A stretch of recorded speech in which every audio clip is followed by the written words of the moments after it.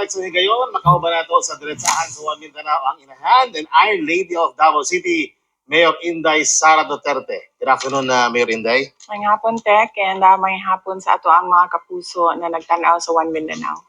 Una-una, salamat no sa imong pagpaunlak sa mga sa na mahinabi ka namo din sa One Mindanao. Una-una, kumusta naman ka? Mura og na medyo busy kayo kakaroon mga panahon na. Yes, busy gyud tungod sa nag-overlapping na ang ako ang mga kinahanglan buhaton, no.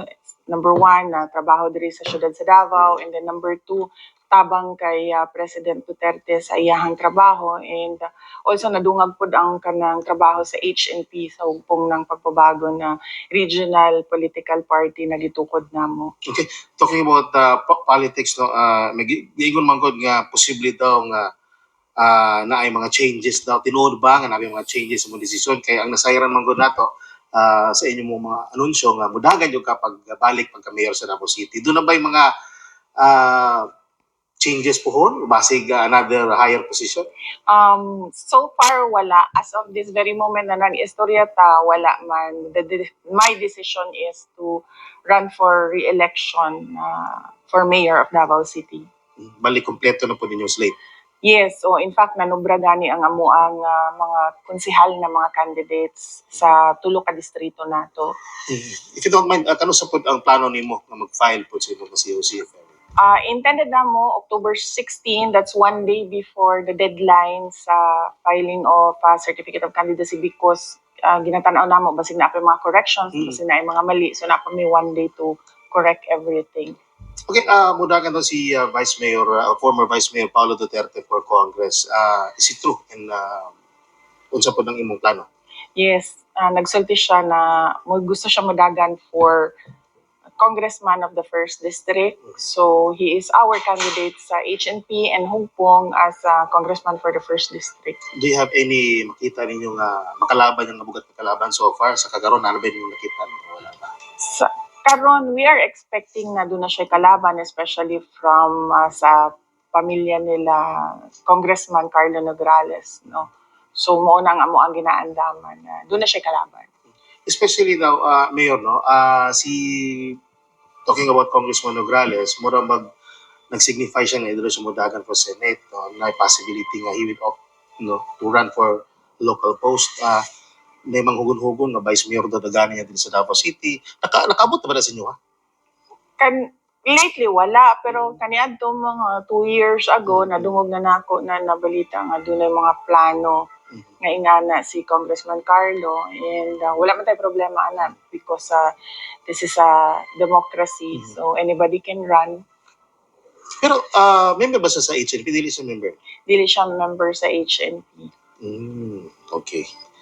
So, ginuhugon-hugon po, no, nga kani mong god nakita ka kanunay, no, previously sa mga state visits sa atong Pangulo, nakita ka sa kanang every time nga makiguban siya sa mga leaders sa laylay nasod, makita ka very visible ka, no. Na yung mga tumong nga mga istorya na nga basig ikaw musunod daw ka sa yapak sa imong amahan, sa imong kagalingang panglantaw, doon ba kinay posibilidad? Kana mo mga ingana na lagyo pa kaayo into the future, Ginoo ra gyud makatubag ana, pero kung nagplano gyud ko nga mudagan og president, mudagan ko og national position.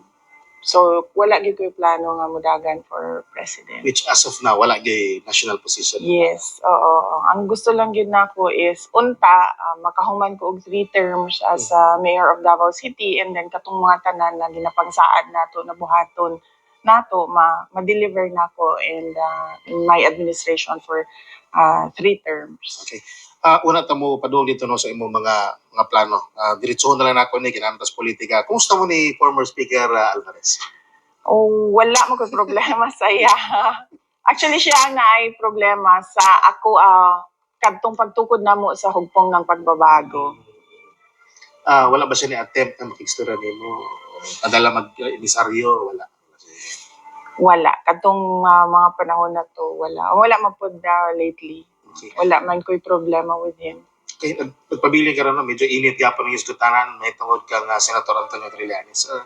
Sa iyang ipanghimo ka rin, no? Yung mga akusasyon sa presidente who happens to be also your father, unsa imong reaksyon sa iyang mga ginapambuhat?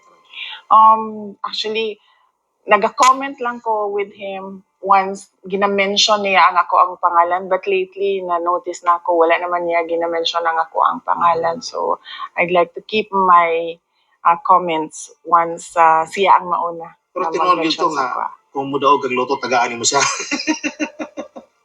Dili. Gibawi na. Gibawi na. Ako ara tong pagana sa iya ha, pero katong 121 naka-reserve to para sa kuha. Mayor, gano'n, no, nigawa sa po ng mga balita nga kuno ang atong presidente, luya daw, yung mga sakit ko nung delikado, nahisgutan na sa national media.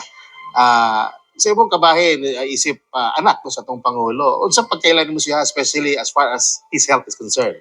Si PRD, kung doon na siya sakit, dili gyud na nato makita sa public, no. And I'm sure kung doon na siya serious food na sakit, dili na siya mo declare publicly sa iyahang health condition. So kanang iyahang mga ginapagsulti karon, usually manggod na notice na ako, although wala mi nagka-istorya about the state of health, pero na-notice na ako kana ng mga complications sa iyahang sakit pa kaniadto, iyahang migraine, kato iyahang frozen shoulder, katong tungod sa iyang spine, tungod sa iyang disgrasya.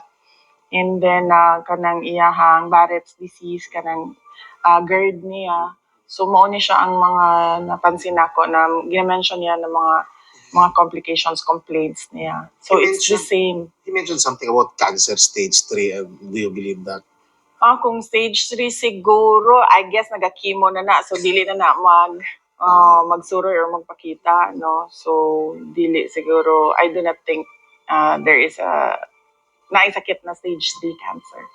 Siyempre, nauban-uban mo siya sa lain-lain nasod. Dili po biro to. Makakapoy-kapoy po kayo ito yung ipangbuhat, di ba? Karang mag-uban-uban mo sa mga state visits niya. Yes, oo. Ang iyahang, makita na ko ang iyahang kakapoy actually. Especially that dili siya anad sa kanang buntag na trabaho.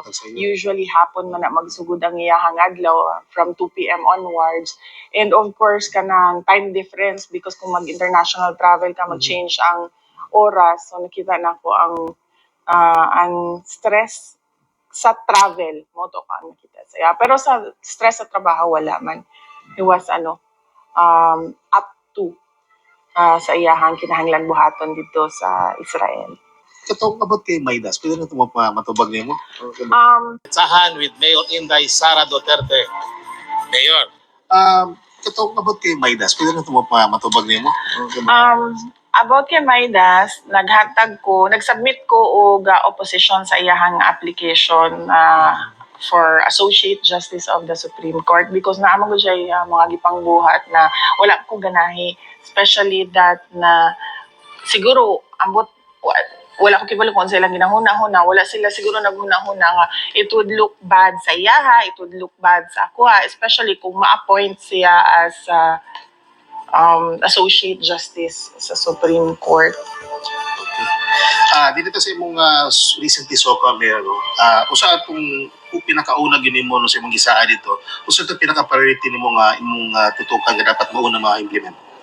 For the next year, ang ginatanaw nato na masugdan na gyud is katong high priority bus system. Yes. Yes, kana siya. Because ang common complaint nato diri sa Davao City is traffic, basura, baha. Kana na tulo. And of course, ang atong dalan, ang interconnected roads nato, yung bridges nato. So kanang upat ang unahon na mo as priorities. Andam na po ang LG, of course, reaksyon ng mga transport sector. Ito ko diyan. Yes, oo. Ginapagplanuhan na mo na siya na to make sure na doon ay mga safety nets sa ato ang mga drivers and operators. And karon ginabuhat na kadtong mga lain-lain na packages gingan man ako sila na ang mga tao sa City Hall, mga employees nato na magbuhat og lain-laing packages for drivers. Depende kung unsay gusto sa driver. Mag-cash ba siya? Mag-livelihood ba siya? Mag-skills training ba siya? Or mobalhin ba siya laing rota? Kanang mga ingana. Okay. dinito sa problema sa AIDS no, kaya understand murag ulbo yun ang gidaganon sa mga kaso sa AIDS no, sa Davao City.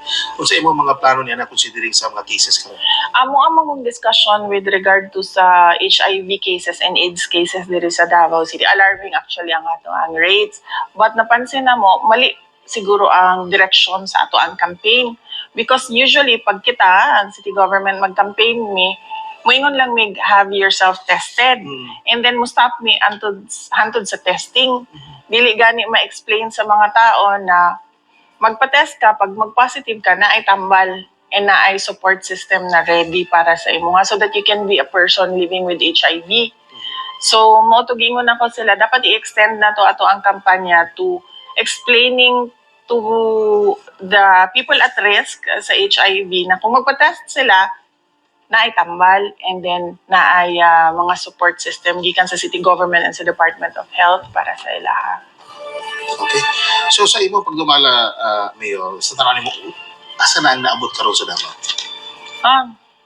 Well, if we go by kanang statistics, ang ato ang growth rate is slightly higher than the national growth rate. So meaning daghan ang mga naga-invest diri sa ato ang syudad. The challenge is how to kanaganing trickle down the gains of kanang investments and growth diri sa economy sa ato up to the poorest family na naa diri sa Davao City mo na ang challenge yun. Before we end, Mayor, no, nalami pa-describe si mga tao. Briefly lang. Okay. Pinoy, how would you describe Pinoy? Wait lang. Okay. Again, sorry. In one word. Pinoy, si Pinoy. Kalbo. Kalbo daw. Si Trillanes. Nakakalbo. Nakakalmo. Si Robredo. Si Vice President. Vice President Robredo. Vice President. Vice President. Si Maidas na, si Maidas.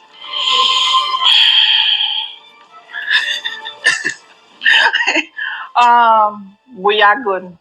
Buyagon. O, si Rizal Tiveros mo daw.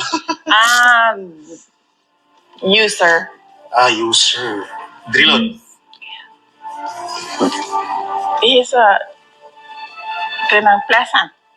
Plus. So, well, sa ako I don't know sa laing tao, pero pleasant. Sino kauson daw? Oy, she's a friend. Siyempre.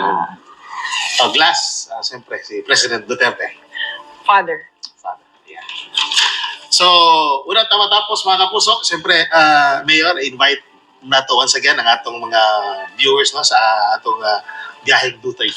Yes, ginaimbitahan ako tanan viewers sa One Mindanao na magtutok sa ato ang biyaheng Do30 mao kini ang ato ang updating para sa inyong tanan kung unsa ang ginabuhat sa City Government of Davao, especially with respect to sa mga gisaad na mga projects o kinahanglan buhaton for Davao City. Daghang salamat. Okay, daghang salamat kayo Mayor Inday Sara Duterte for the time no nga gihatag nimo dinhi sa One Mindanao.